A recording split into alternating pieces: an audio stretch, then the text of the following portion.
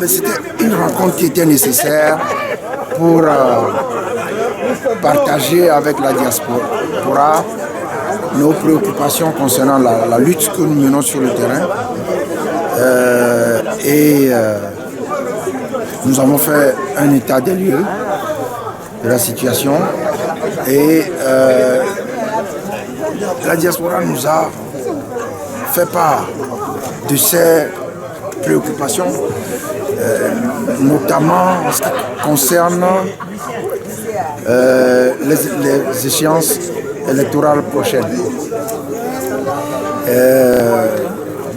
Nous avons recueilli tout ça et nous verrons avec mes collègues à Lomé, les collègues du parti, comment répondre aux préoccupations de la diaspora. Mais nous avons, je crois qu'on est convenu la nécessité de travailler ensemble, d'éviter les conflits inutiles, et de faire en sorte que nous fassions preuve de discernement, d'humilité dans les approches, dans les analyses de la situation sur le terrain. La contribution de la diaspora à la lutte a été évoquée et nous avons dit que ça peut faire être une préoccupation, une dimension plutôt intellectuelle, une contribution en idées. Mais les contributions financières ne sont pas malvenues, sauf qu'il faut les accompagner de beaucoup de patience pour la réception des pièces justificatives.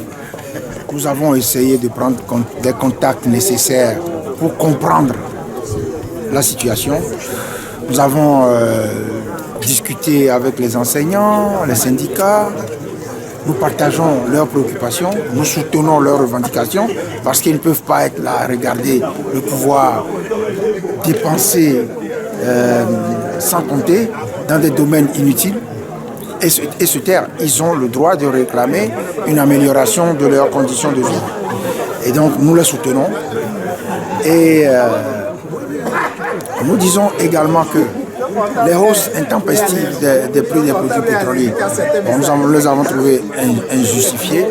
Et nous disons que toute cette situation-là, qui, vous l'avez dit, révolte, doit aboutir à